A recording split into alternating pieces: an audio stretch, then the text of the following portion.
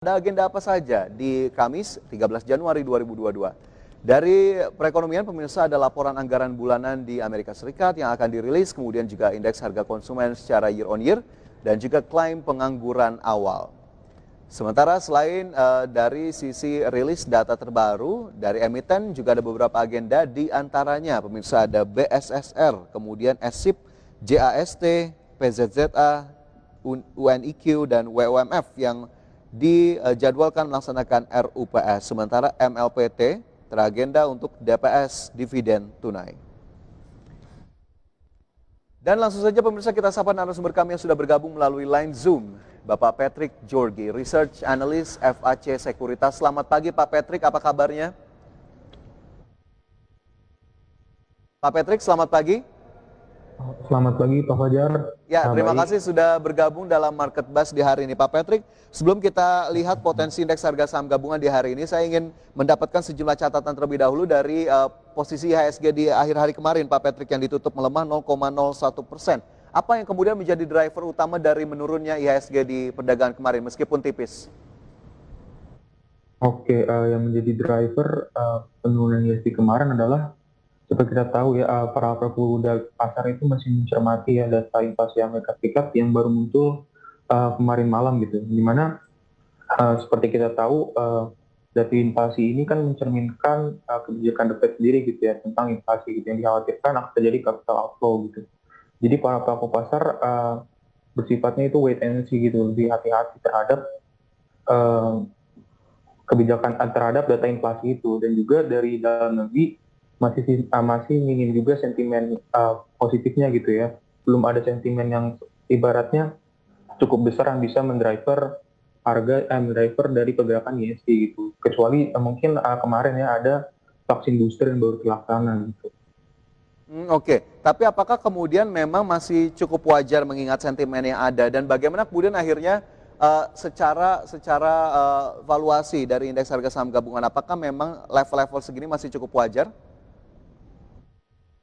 Oke, kami rasa ya, kami memiliki proyeksi bahwa level saat ini kami menilai masih cukup wajar ya di tengah ibaratnya uncertainty yang ada di pasar market gitu, yang dimana kita masih melihat kebijakan dari The Fed akan seperti apa terhadap kita, dan juga minimnya sentimen positif gitu. Jadi kami rasa selama indeks itu masih berada di atas 6.500 itu hal yang wajar gitu penurunan yang terjadi. Oke, masih selama di 6.500-an begitu ya, kemarin ditutup di 6647.065.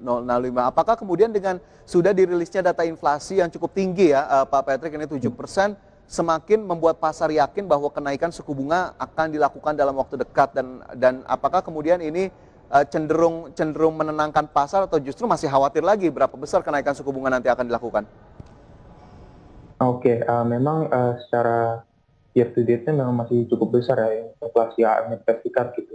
Tapi kalau kita lihat cermati semalam data month to month-nya, um, inflasi AS itu mengalami penurunan gitu ya di bulan Desember gitu. Itu sekitar 0,5% dibandingkan dengan bulan sebelumnya di bulan November itu sekitar 0,8%. Itu juga sejalan dengan proyeksi dari pelaku pasar gitu, sehingga ini sedikit menenangkan gitu ya kekhawatiran pelaku pasar agresifan kenaikan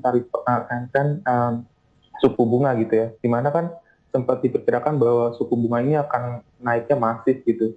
Kita tahu karena adanya data ini, maka The Fed sendiri akan berpikir dua kali gitu ya untuk menaikkan suku bunganya secara agresif gitu, dikarenakan juga kan dapat berefek ke stock market seperti itu. Oke, jadi memang akhirnya masih dinanti bagaimana kemudian nanti keputusan dari Bank Sentral Amerika Serikat, yang tentunya investor global memperhatikan apa yang kemudian akan diputuskan. Tapi jangka pendeknya sendiri, Pak Patrick, untuk market kita, terutama indeks harga saham gabungan, sekali lagi boleh disampaikan ini arahnya kemana? Levelnya di level berapa? Ada yang bisa dicermati tidak? Oke, kami melihat bahwa pergerakan ISG ini akan masih cenderung sideways ya. Sampai nantinya kalau dia bisa melewati area 6.750, baru dia itu bisa melewati area ibaratnya sudah berubah ke jadi fase uptrend lagi gitu. Untuk sementara waktu midtermnya kami punya proyeksi bahwa akan cenderung bergerak sideways gitu di tengah, ibaratnya masih wait and see gitu, banyak noise yang ada gitu. Oke, baik, itu menjadi catatan tentunya bagaimana kemudian arah dalam jangka pendek terutama untuk indeks harga saham gabungan. Tentunya tidak hanya sentimen global saja begitu yang beredar di market, tapi sentimen dalam negeri juga sepertinya cukup diperhatikan. Pak Petri, kemarin kita tahu ada polemik soal larangan ekspor batu bara, tapi kemarin juga dari sisi pemerintah Kemenko Maritim Investasi sudah menyebut boleh dibuka, tapi SDM menyebut ini belum diberikan izinnya. Terhadap saham-saham sektor batu bara, apakah kemudian ini memberikan efek yang signifikan terhadap sejumlah saham batu bara, Pak Petri? Oh iya, tentu saja punya impact gitu ya. Tetapi kami melihat bahwa impact-nya ini tidak akan terlalu signifikan gitu ya. Seperti kita lihat juga pada awalnya kan ditargetkannya 1 bulan gitu ya, di mana baru berjalan 11 hari sudah dibuka gitu, dikarenakan demand dan juga dorongan dari negara-negara lain gitu.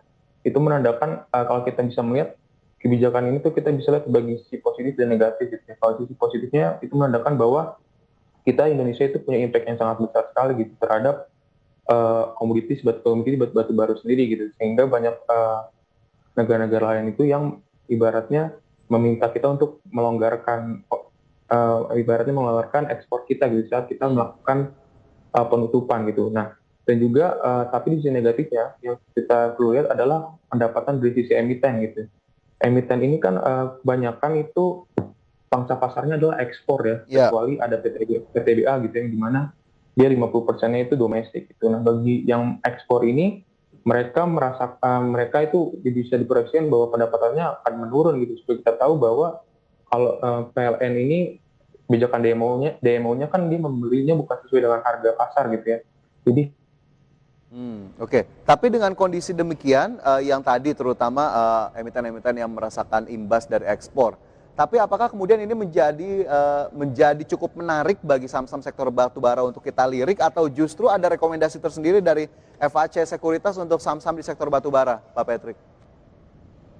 Oke, untuk saham batubara sendiri sih kami melihatnya mungkin untuk terdekat ini kita masih wait and see dulu ya, dikarenakan ketidakpastian ya, seperti dibilang bahwa kita membuka ekspor ya, tetapi masih terkendala gitu dari teknisnya gitu. Seperti kita tahu bahwa yang bisa melakukan ekspor itu yang telah emiten yang telah memenuhi kuota gitu ya, kuota demonya. Jadi masih perlu banyak kajian yang perlu dilakukan gitu ya, sampai akhirnya untuk menentukan apakah kita ekspor secara jor-joran atau enggak. Tapi untuk long termnya kami merasa bahwa untuk harga komoditi batu ini masih mempunyai potensi yang sangat baik gitu ya. Di tengah kita bisa lihat kemarin banyak sekali meminta kita membuka pelonggaran ya, di mana itu menandakan bahwa demandnya itu masih kuat akan batu bara gitu. Dan juga sempat terjadi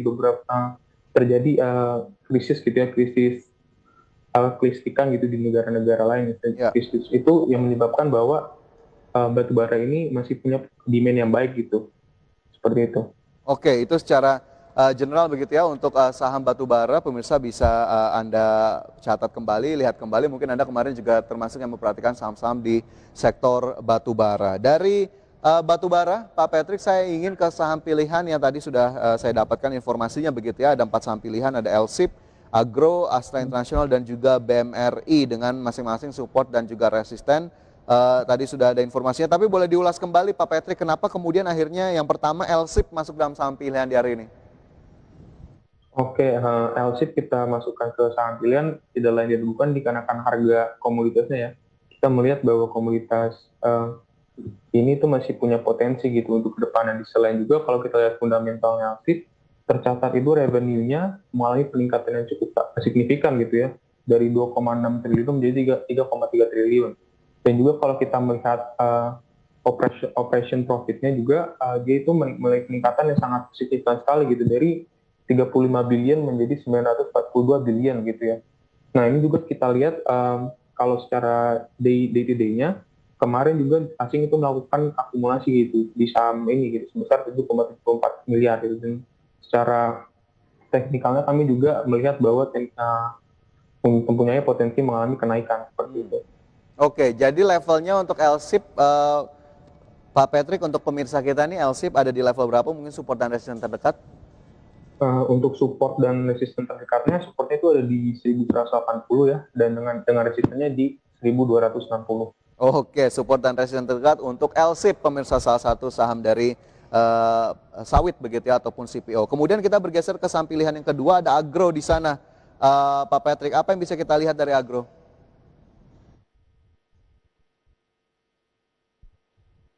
Ya, untuk agro, Pak Patrick, saham pilihan kedua.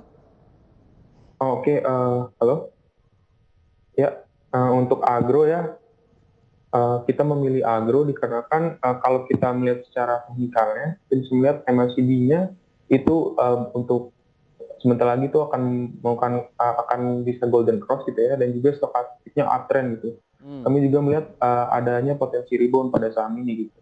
Yang dimana bisa kita lihat kan pertumbuhan kredit dan pilihan kredit kita sudah mulai membaik ya, dikarenakan ibaratnya kita sudah ada di fase pemulihan seperti itu. Oke, kemudian itu untuk agro. Kemarin naik 5% ke level 1.575. Dalam waktu dekat ke level berapa yang akan coba diuji oleh agro? Kalau untuk dalam waktu dekat ya, kita melihat resistennya itu ada di area 1.630 untuk agro sendiri. Oke, untuk agro level terdekat akan diuji apakah kemudian ini masih cukup prospektif. Pemirsa, silakan saja Anda perhatikan bersama untuk agro yang kemarin ditutup naik 5% ke level 1.575. Kita ke saham pilihan berikutnya, ada Astra Internasional di sana, ASII. Pak Patrick, Astra Internasional, apakah kemudian ini menjadi semakin menarik diperhatikan untuk di tengah kondisi market saat ini?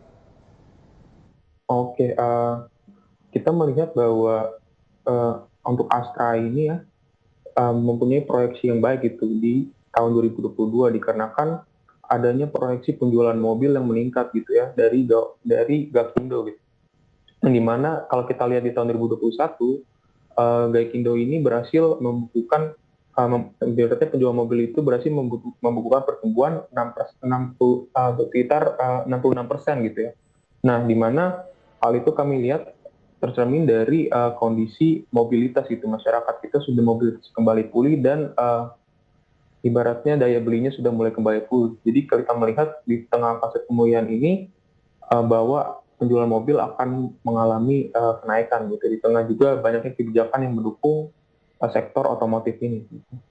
Oke, ada level yang disarankan jika ingin tambah posisi nggak Patrick untuk di Pak Patrick di Astra Internasional? Oke, untuk Astra ya saat ini, bentar. Oke, Astra saat ini juga sedang ini ya dalam trend sideways. Untuk saat ini sih bisa langsung masuk juga di daerah 5.025 atau bisa menunggu lebih bawah lagi di daerah 5.650. Oke, itu sepertinya juga bisa Anda perhatikan pemirsa untuk Astra Internasional yang kemarin ditutup naik 0,44%, mungkin saja bisa menjadi salah satu pilihan dari Anda.